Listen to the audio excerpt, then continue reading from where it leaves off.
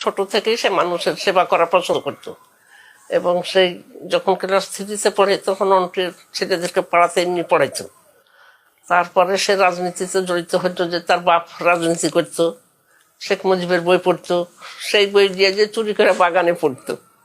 পড়ে পড়ে 7-8 থেকে খুব ভালোই রাজনীতিতে সে ভুলুর সাথে যোগ দিল।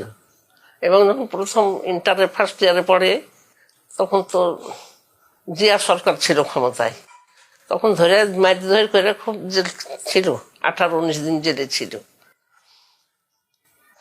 রাজনীতি করতে গেলে খুবই কষ্ট পেয়েছে, মারধরও খেয়েছে খুব। সেটার মায়ের কথা আজও বুঝতে পারিনি। সেটাকে আমার মেরে সাত করে ফেলে দিয়েছিল, কোটে উঠে খাড়া হতে পারিনি। আমি দেখতে যে ঘুরে এসেছি, সেটা আমার সাথে দেখা করতে পারেনি। আমার মেয়ে ছেলেকে বুটে ইশারা করছে, মাকে নিয়ে চলে যা। তারপরেও যে প্রধানমন্ত্রী আমার ছেলে কেটে দিয়েছে, তাকে ধন্যবাদ। বাবাসীর কাছে আমার অনুরোধ, আমার ছেলেকে ভোট দিয়ে তাদের সেবা করার সুযোগ দেখ, আমার ছেলেকে আল্লাহ হায়াত দেখ, তাদের আশা পূর্ণ করুক, গরিব দুঃখীদের।